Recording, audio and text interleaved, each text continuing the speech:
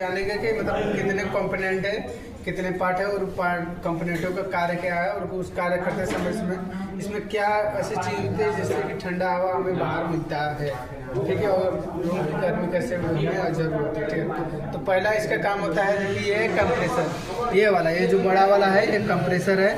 Compressor का काम होता है कि गैस को, इसमें गैस भरा होता है उसको कंप्रेस करना। जब उसको दबाता है गैस को जब दबाता है तो गैस में आयतन तथा दबाव कम हो जाता है, जिसके द्वारा गैस का जो प्रेशर होता है, जो दौड़ने की स्पीड होती है, जो उसके अंदर क्षमता होती है वो बहुत ज़्यादा बढ़ जाती है। और क्षमता जब बढ़ेगी तो जाहिर सी बात है कि आपका टेम्परेचर भी बढ़ जाएगा।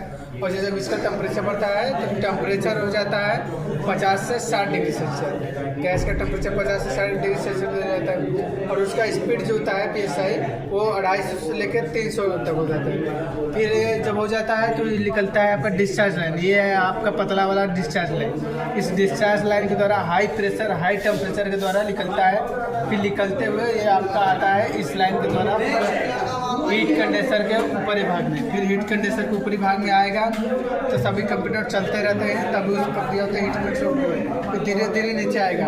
तो ये पंखा भी चलता है। तो जब ये पंखा चलता है तो उसका गैस जो होता है जो उसका उसमें होती है वो बाहर फेंकता है। जब बाहर फेंकता है तो इसकी गर्मी कम हो जाती है। जब इसकी गर्मी कम होती है तो नीचे जा जाए तो इसकी टेम्परेचर 25 से 30 डिग्री सेल्सियस। फिर यहाँ इस नीचे से ये पाइप आया है आपका डिस्चार्ज लाइन। फिर आपका आता है फिल्टर में जब ये आ जाता है तो फिल्टर का काम होता है कि गैस को शुद्ध करना।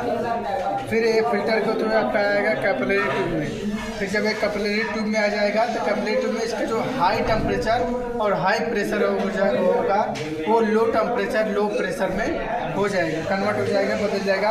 फिर ये आपका आएगा धीरे इस लाइन से आपका आएगा कूलिंग कॉइल। जब एक कूलिंग कॉइल में आएगा तो इसका टेम्परेचर रहता है 30 से 60 डिग्री सेल्सियस।